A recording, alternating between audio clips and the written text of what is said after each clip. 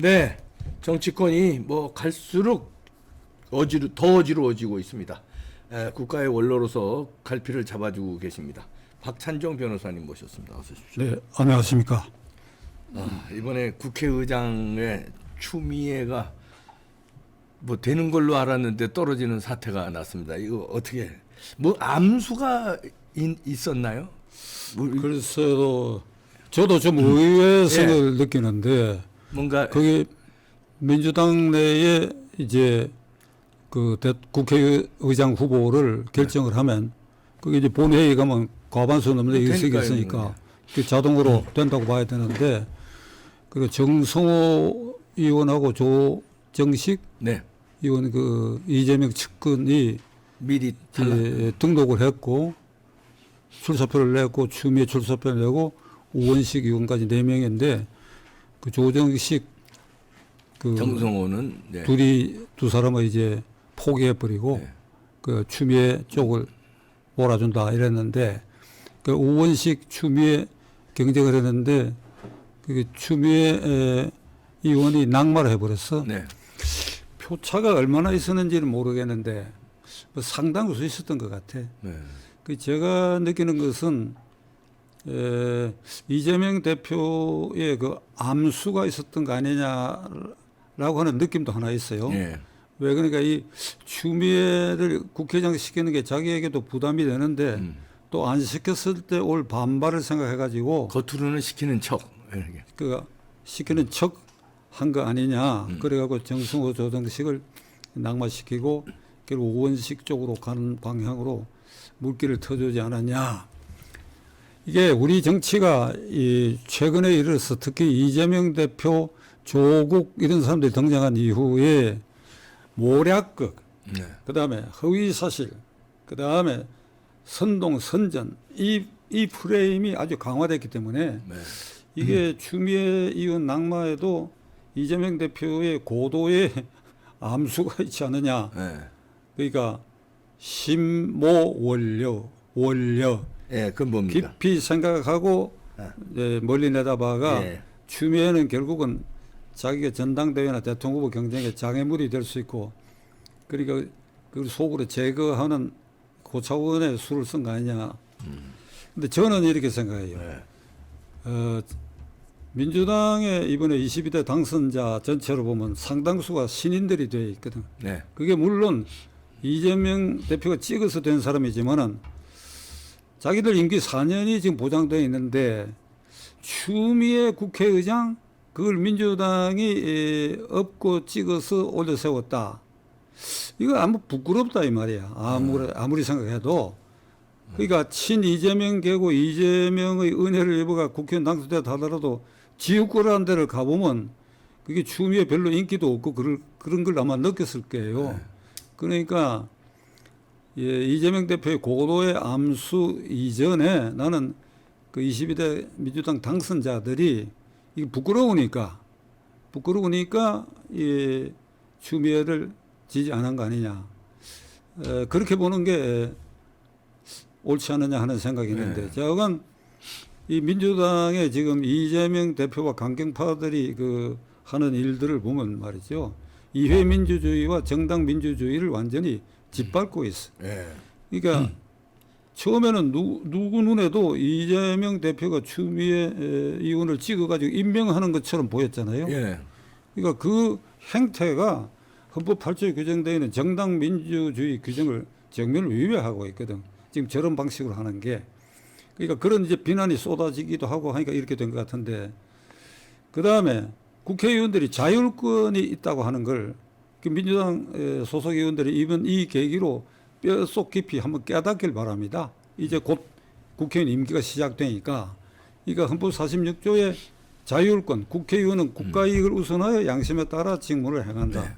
이걸 계기로 추미애를 낙마시키는 계기로 이런저런 사정에도 불구하고 그렇게 했다면 이 자율권 행사는 이렇게 하는 것이다 라고 하는 걸 이번에 교훈이 아니라 이번에 한번 보여준 거 표출된 거다 이렇게도 볼 수 있나요? 그렇게 볼 수도 있는데 그것이 앞으로 두고 봐야 돼. 그러나 암수인지 예, 그게 나왔는지. 이걸 계기로 자건 민주당 의원이건 그 국민의힘당 의원이건 간에 국회의원으로서 자율권 행사가 기본적 헌법적 책무라는 걸 한번 깊이 깨닫는 계기가 되고 네. 그렇게 해달라 이렇게 말씀드리려고 합니다. 예.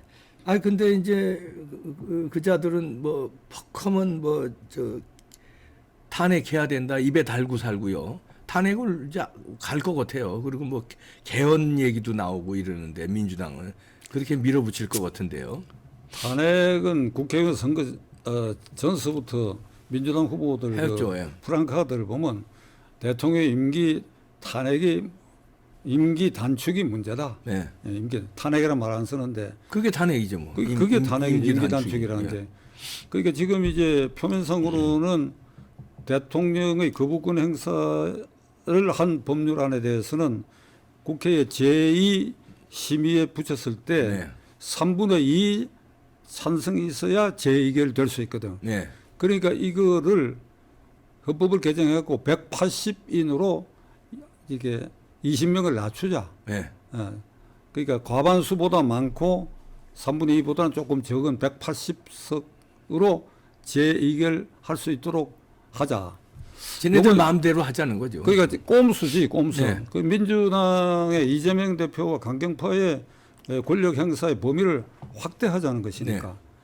그리고 이제 탄핵이란 말은 직접 그 민주당 의원들이 입에 올리지 않는데 이제 민주당을 옹호하는 제야 세력이 탄핵해야 된다 하거든. 네. 그 심지어는 윤 대통령이 2년 전 5월 10일에 이제 지난 5월 10일 만 2년이니까 취임하고 석 달 채 안 됐을 때 정의구현 사재단이 전주 주교자 성당에서 미사를 올리면서 그중에 신부한 사람이 기도를 하면서 이 윤 대통령 탄핵해야 되고 뭐 해외에서 귀국할 때 비행기 떨어지라고 이런 증오와 악담을 네. 했으니까 이미 이 취임한 직후부터 그러니까 민주당으로 보면 우호 세력이라고 하는 이 제야단체가 대통령 탄핵권을 행사해야 된다고 네. 이렇게 나온 판이 되어 있는데 만일 저보고 개헌을 하라고 한다면 그런 탄핵권이 용이하게 하거나 재의결권을 용이하게 하거나 하는 이런 개헌이 아니고 지금 이재명 대표가 등장한 이후 21대 국회 후반기와 22대 국회를 내려다보면 입법 폭주가 예상되잖아요. 네. 그러니까 윤 대통령을 탄핵까지 안 가더라도 흔들어 가지고 스스로 물러설 수밖에 없는 민심의 폭발점을 찾기 위해서 계속해서 윤 대통령의 약한 고리에 이 거부권을 행사할 수밖에 없는 법안을 계속 제출한다. 이게. 계속 제출해가 대통령이 계속 거부권을 행사하도록 만들어 가지고 국민의 신뢰를 자꾸 잃게 하고 네. 그러니까 김건희 특검 같은 것도 계속 강화하고 재탕 삼탕 해서 이렇게 하겠다. 그러니까 이게 입법 독재거든 말하자면. 그렇죠. 예. 현재는 과반수로 될 수 있는 모든 법안을 민주당이 마음대로 할 수 있다고 하는 게 증명이 됐으니까. 그렇다면 이번에 개헌을 한다고 그런다면 이게 입법부와 행정부 그러니까 국회와 대통령이 견제를 함에 있어서 균형을 유지해 줘야 돼요. 예. 헌법상. 그런데 현재는 이 균형이 무너진 게 여기하게 보이거든. 예.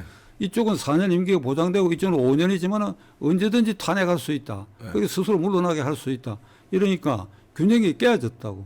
그럼 이번에 개헌을 한다 그러면 이런 우리가 헌법 운용한 37년의 경험에 비춰봐서 대통령에도 국회 해산권을 줘야 돼. 국회가 대통령 탄핵권 물러서게 하는 권력이 있다 그러면 대통령은 입법 폭주를 하는 것에서 국민에게 신임을 묻기 위해서 국회 해산권이 있어야 되고 중간에는 국민인 우리는 요 보조 수단으로 국회의원에 대한 개별 소환권을 국민이 가져야 된다. 네.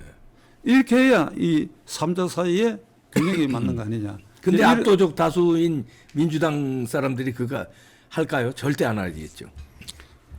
절대 안 하고 네. 안 하죠. 예. 그러면 이제 절대로 입법 독재를 하겠다 이렇게 하겠다는 되면 거지. 결론이 어찌 되느냐.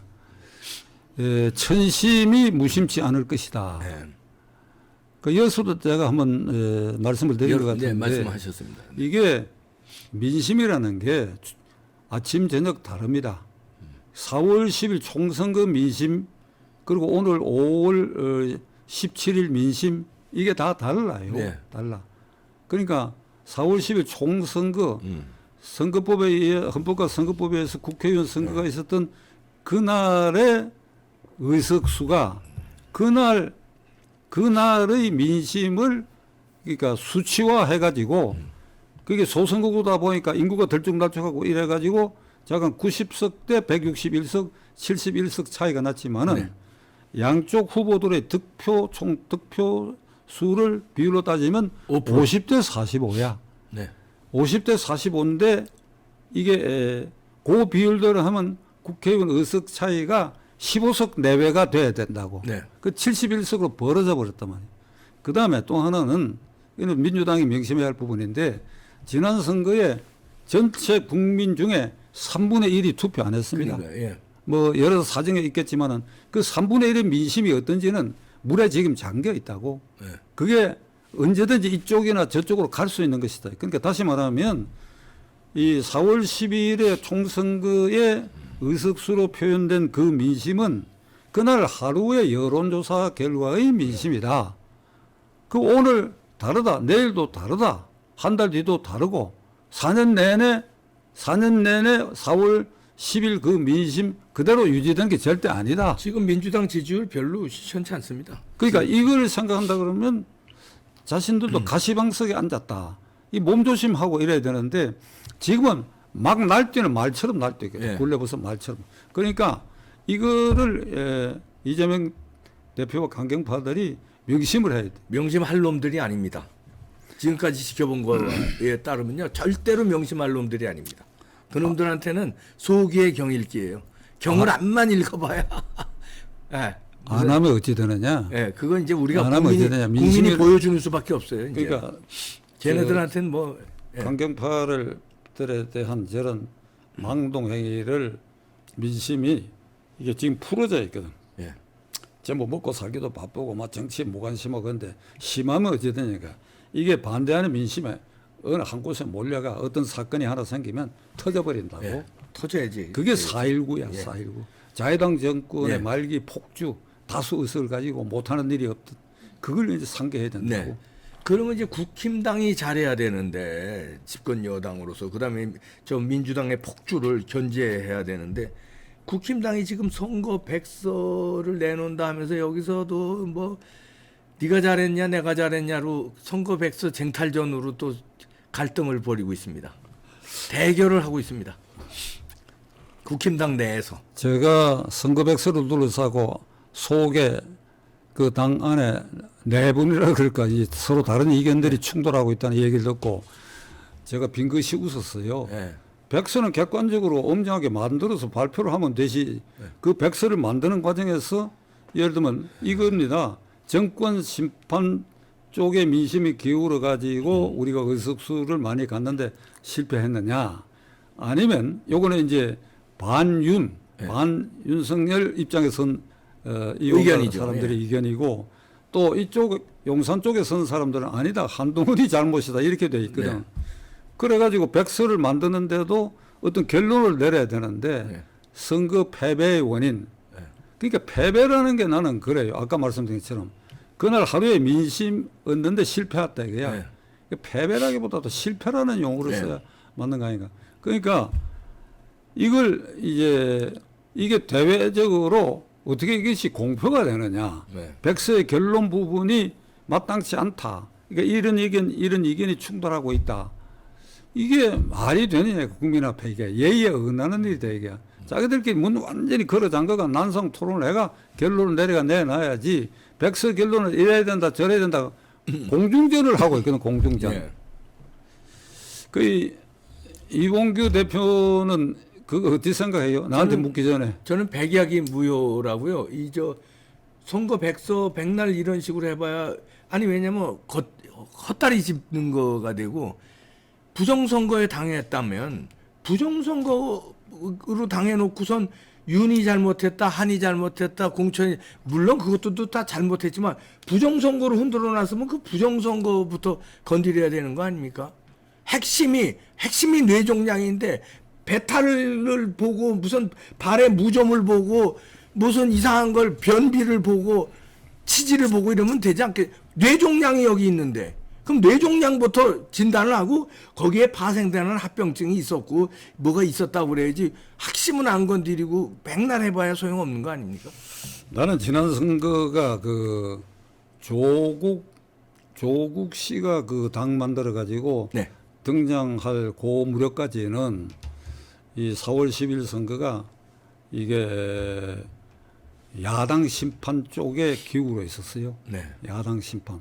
그러니까 흔히 말하는 이재명 조국 심판 쪽으로 기울어 있다가 그 조국이 등장한 직후부터 정권 심판 쪽으로 기울었다고 봅니다. 정권 심판 쪽으로. 네, 결국 윤석열 대통령의 실수나 실패한 몇 가지 일들이 민심에 영향을 끼치기 시작했고 그런 과정에서 저는 이렇게 생각해요. 한동훈 이 비상대책위원장을 바라다 봤을 때 왜 이걸 좀 완전하게 잘못했냐 이런 부분을 지적할 수 있어도 그 의석수에서 뒤진 전적인 책임이 한동훈에게 있다고 얘기하는 건 나는 내가 납득 못해. 유권자의 한 사람으로서.